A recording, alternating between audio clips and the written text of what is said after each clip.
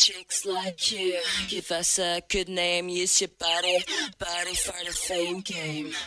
Луѓето кои дневно пијат по пола шише вино на ден се поздрави од оние кои не конзумираат алкохол, е резултатот од новата француска студија. Истражувачите откриле дека луѓето кои дневно пијат до 3 чаши вино побрзо ги извршуваат своите задачи, уживаат повисок социјален статус и помалку се изложени на секојдневен стрес.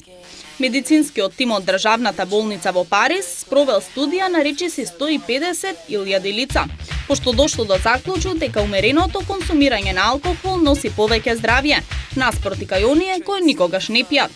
Анализата покажала дека оние кои пијат од 1 до 3 чаши вино имаат помала веројатност за заболување на кардиоваскуларни болести и помалку се изложени на стрес и депресија. Она што е најинтересно, истражувањето покажало и дека таа група нема проблем со телесната тежина.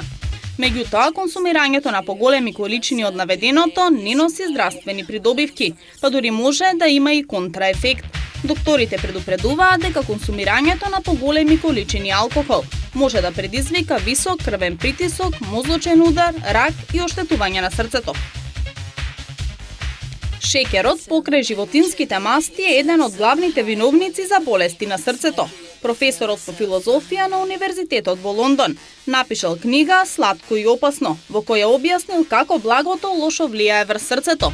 Тој докажал дека потрошувачката на шеќерот и болестите на срцето се во блиска врска. Луѓето кои боледувале од коронарни болести консумирале повеќе сахароза, обичен шеќер, отколку луѓето кои не биле заболени. Коронарните болести на срцето, кои се многу ретки пред 75-та година, денес се главна причина за смртност. Просечната потрошувачка на шеќерот кај луѓето со кардиоваскуларни болести била 70 кг годишно, додека кај здравите изнесувала 40 кг. Од тоа е заклучено дека мажите со внесување на сахароза имаат далеку поголема шанса да заболат од срцевите болести во животната доба од 45 до 65 години, отколку оние кои консумираат помалку сахароза. Многумина велат дека наутро не можат да функционираат додека не го испијат првото кафе, но новото истражување покажува дека луѓето можат да се чувствуваат многу подобро доколку и не пијат кафе. Кога наутро ќе го испиеме кафето и веруваме дека после тоа ќе се чувствуваме будно. Тоа чувство не следи токму затоа што кофеинот во текот на ноќта излегол од нашиот организам. Научниците велат дека оваа навика влијае врз големениот крвен притисок, а кај луѓето создава чувство на тегоби.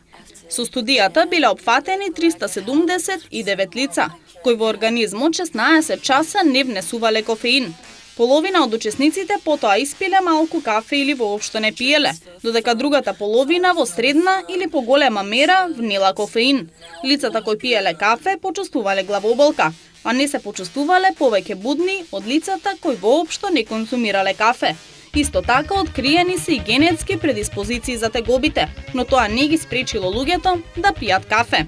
Тоа е знак, велат научниците, дека луѓето се навикнати на кофеинот и оти мора да го внесат во организмот за да се вратат во нормала. Нашата студија покажа дека луѓето немаат никаква полза од филжанот кафе, иако после тоа се чувствуваат будни. Кофеинот само ги враќа во нормалната состојба, иако кофеинот може да ги зголеми тегобите. За повеќето кои пијат кафе, овој ефект е неважен, вели Питер Роџерс, професор по психологија и автор на студијата.